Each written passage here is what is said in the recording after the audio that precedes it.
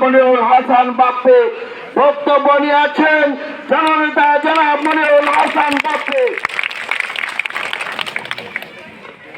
বিসমিল্লাহির রহমানির রহিম। আমার মুসলমান ভাইদের, মা বোনদের আসসালামু আলাইকুম। আমার হিন্দু ভাইদের, মা বোনদের আদাব। চাঁদখালি 2 নম্বর ওয়ার্ড আমার স্নেহের ছাদির জন্মস্থান, ছাদির বাড়ি। ছাদি আমার অত্যন্ত স্নেহের ছোট ভাই।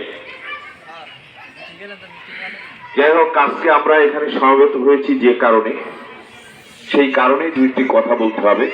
12ই ফেব্রুয়ারি জাতীয় সংসদ নির্বাচন। এই জাতীয় সংসদ নির্বাচনে জাতীয়তাবাদী দল অর্থাৎ বিএনপি আমাকে ধানের শীষ দিয়ে আপনাদের কাছে পাঠিয়েছে। বিএনপি আপনাদের কাছে ধানের শীষ দিয়ে পাঠিয়েছে নির্বাচন করার জন্য। এই অবহেলিত, এই দুর্গম অঞ্চল, খুলনা শহর থেকে পাইকগাছা প্রায় 60 কিলোমিটার পথ, আর কয়রা 100 কিলোমিটার অধিক।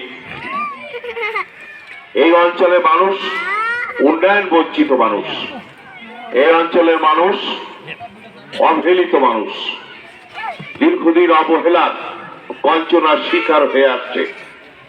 আমাদের অঞ্চলের রাস্তাঘাটগুলো অত্যন্ত বেহাল দশা।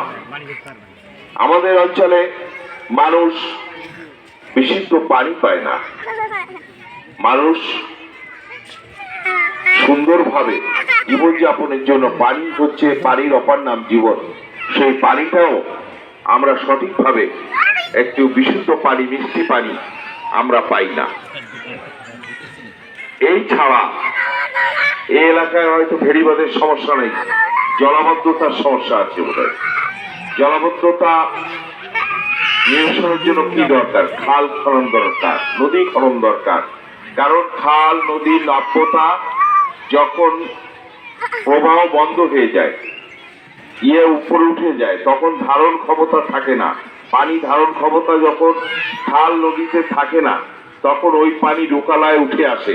বৃষ্টির সিজনে ওই পানিতে জলাবদ্ধতা তৈরি হয়। তাহলে খাল খনন করা দরকার।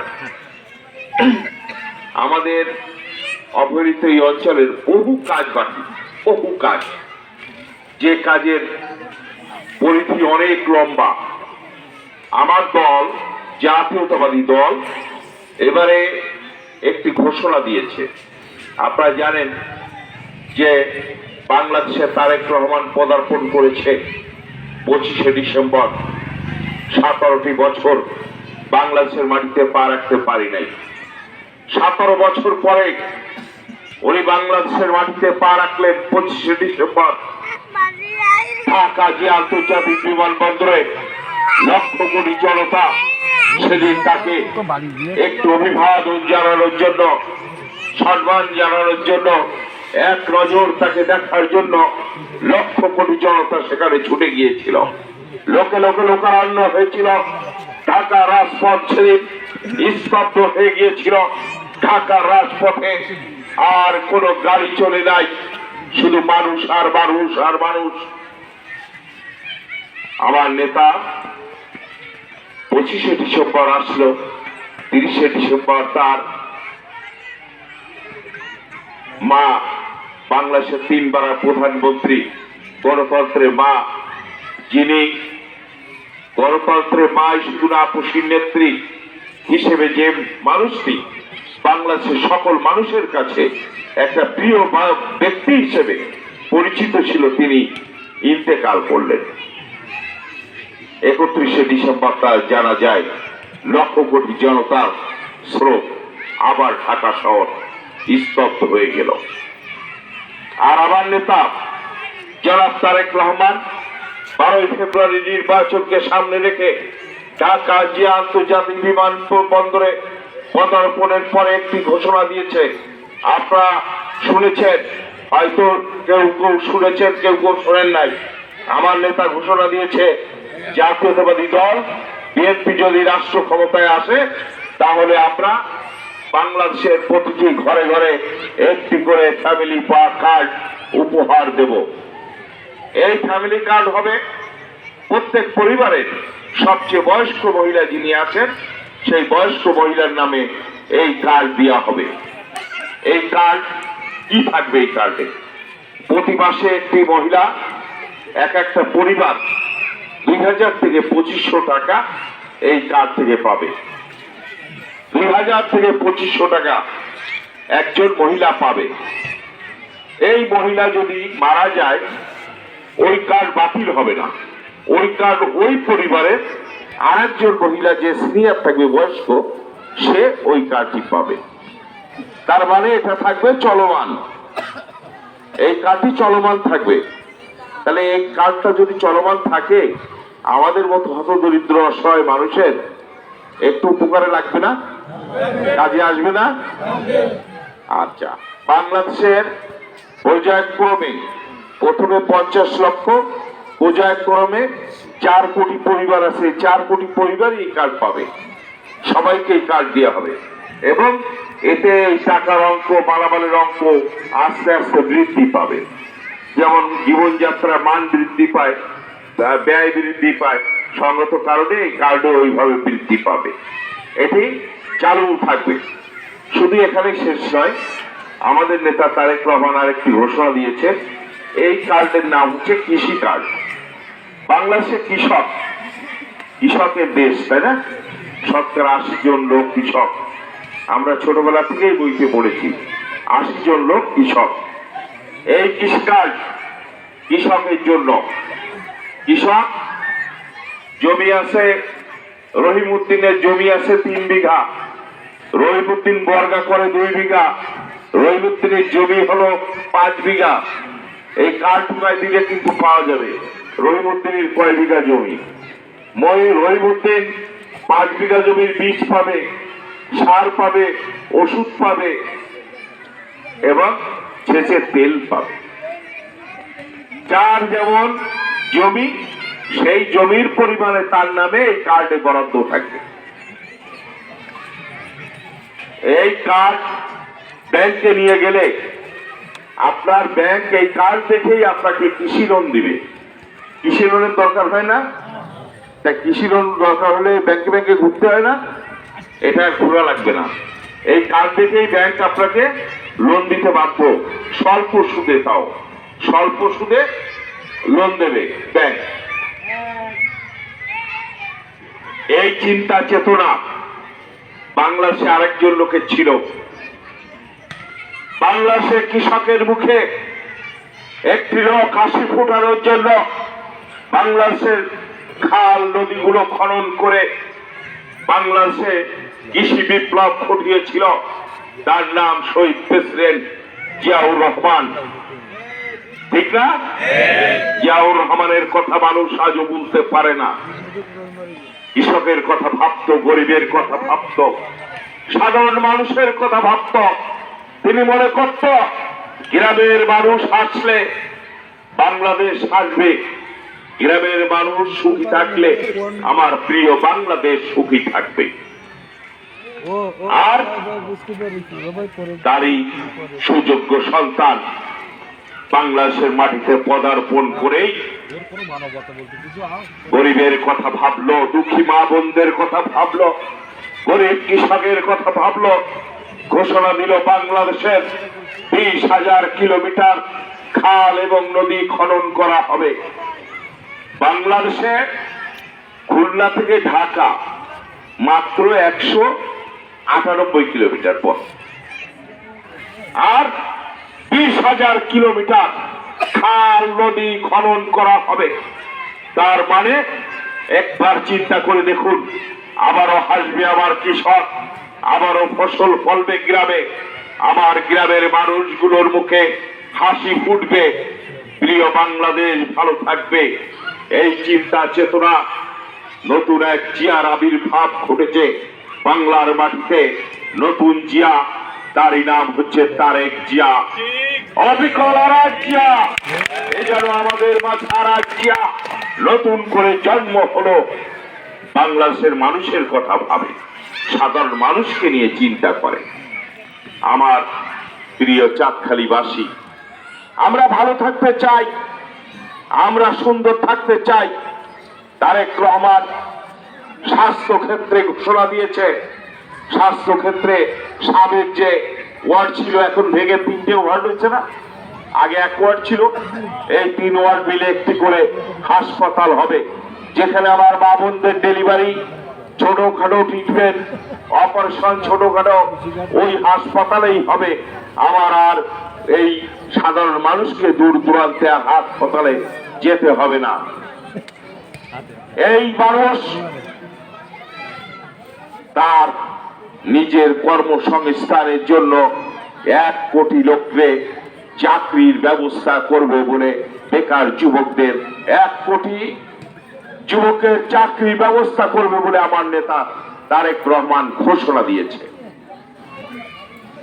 মানুষ দেশটাকে নিয়ে, আমার দেশটাকে নিয়ে বারবার গণতন্ত্রকে অবরুদ্ধ করে দেওয়া হয়েছে, বারবার মানুষের ভোট অধিকার কেড়ে নেওয়া হয়েছে।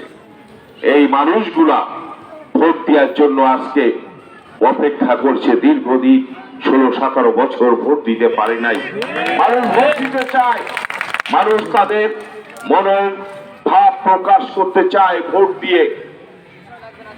আপনারা 12 তারিখে আপনারা কেন্দ্রে যাবেন।